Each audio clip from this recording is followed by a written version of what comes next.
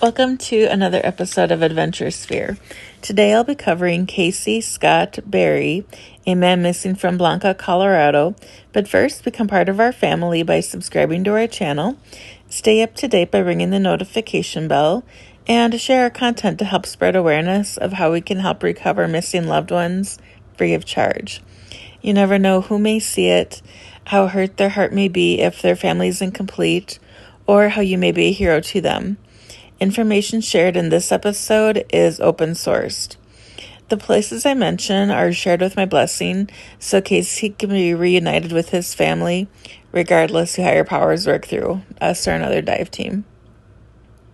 The description box has our email address if you'd like to share insight on any cold case confidentially, or know someone missing with a vehicle and would like them featured on our channel and searched for, or to donate equipment. The video of Google Earth has a measurement from a starting point, theory, or known location and goes out to possible search areas. We focus on bodies of water within 5 miles from home, their last cell phone ping, last known location, and sentimental sites where water is deep enough to hide a vehicle. If an area has been heavily searched, we may expand the search area, but please keep in mind that accidents tend to happen closer to home. This story has a lot of different stories within it. It's going to be a long file. Please bear with me. So, Casey Scott Berry, then 25, is missing from Blanca, Colorado. His last date of contact was Wednesday, February 14th, 2007.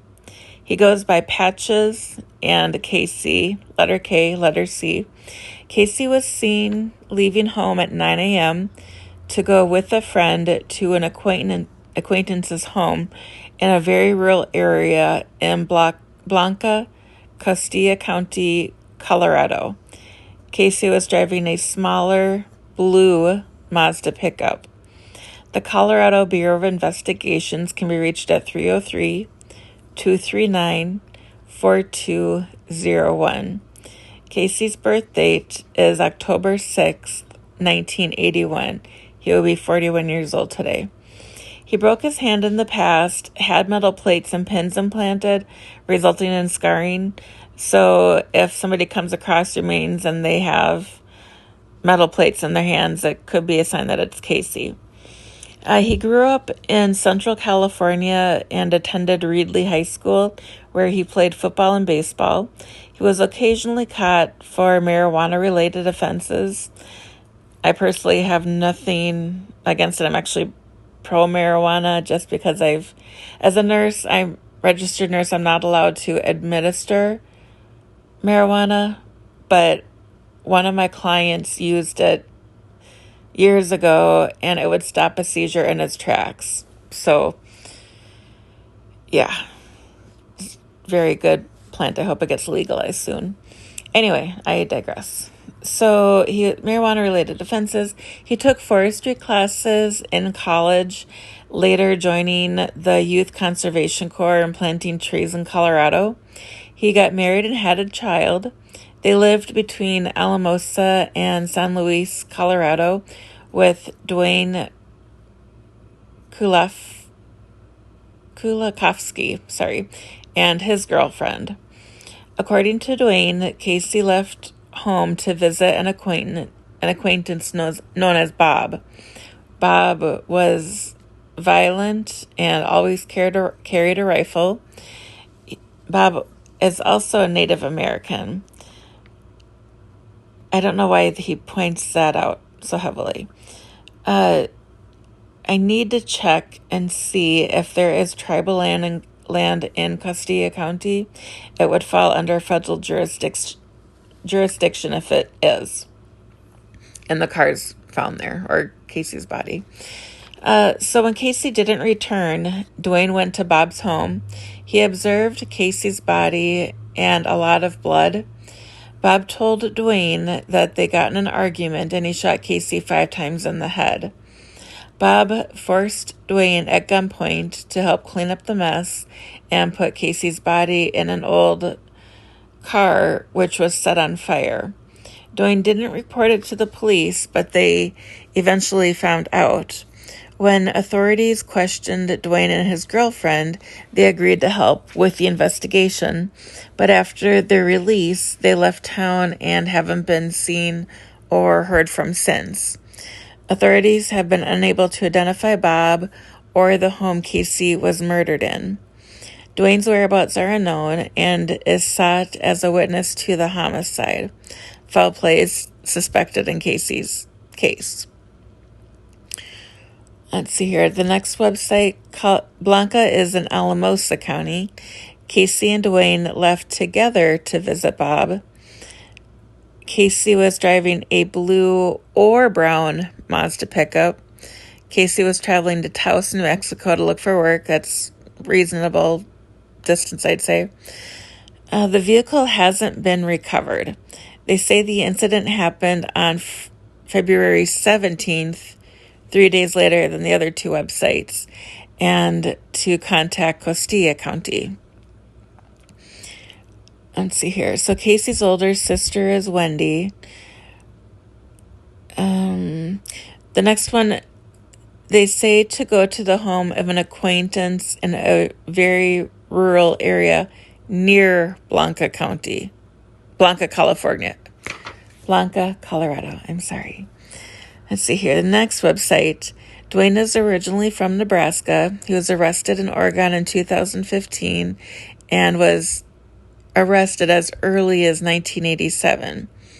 Next website. Casey's remains and burned car are in a remote area in the San Luis Valley. Casey's mother, Terry, let's see here. The woman Casey had married already had a daughter, and the two had a daughter 2 years prior to Casey's death. Casey worked in construction and fixed cars. Casey supposedly went to Bob's to retrieve some of Dwayne's possessions. My question, why would Dwayne have belongings at Bob's if he had a place of his own with Casey? Dwayne also said that Bob brought his garbage to a particular truck stop on Sundays. Next website, Casey's mom said he wouldn't go more than a few months without contacting her, and he hadn't returned to his wife and daughters in 3 years. Casey's bride had a daughter from a previous relationship. She wants her son's remains more than his murder being solved. Casey's wife didn't want to give her name because she was afraid the killer would come for her. I'd think it would be fairly easy to find if you ran a background check on Casey as to his wife's name, but in the end, it doesn't matter what her name is for this purpose. Let's see here. So the area is flat and desolate with miles of sagebrush. Neighbors are few and far between. A few of the websites had noted that Dwayne and Casey had arguments and there was tension in the home. If cops are having a hard time finding this Bob character, does he really exist? Did perhaps Dwayne go with Casey to this house? Something between the two of them happened there, and then Dwayne's girlfriend brought a truck to pick him up with. I don't know. The cops haven't been able to find this vehicle, and I'm wondering if they can't because there's all this water around town that they could hide him in. Let's see. So in the Alamosa County, the San Luis Valley is there. In Alamosa County, I'd like to look at the San Luis State Wildlife Area. There's Big Spring Creek and San Luis Lake, Dollar Lake, Cotton Lake, Blanca Wetlands, managed by the Bureau of Land Management, Highway 150 and Windmill Road next to the sand dunes data systems. Let's see here. So then Alamosa and Costilla County share, let's see, it's the southeastern line for Alamosa County, and the northwest line is for Costilla County, so they're adjacent. In Costilla County, I would like to look in the Smith Reservoir, the Sanchez Reservoir, and the Mountain Home Reservoir.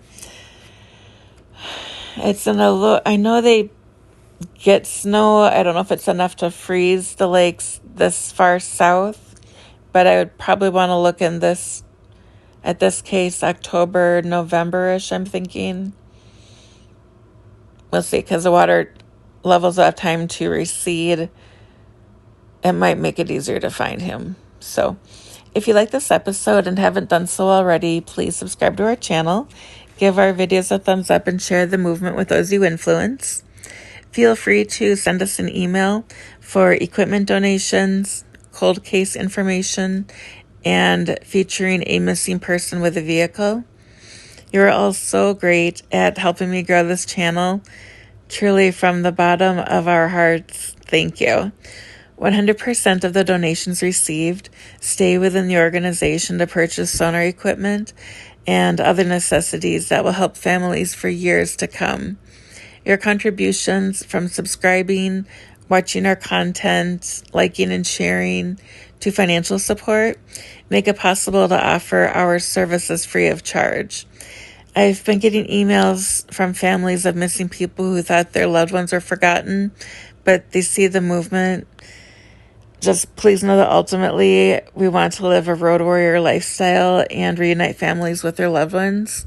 We'll spend the summers in the northern states and winters in the southern states.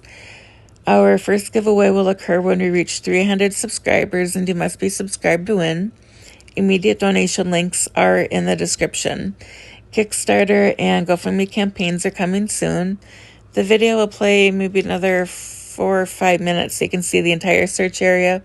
Maybe you'll see something that I missed. Thanks for watching. Stay safe, and remember that we love you.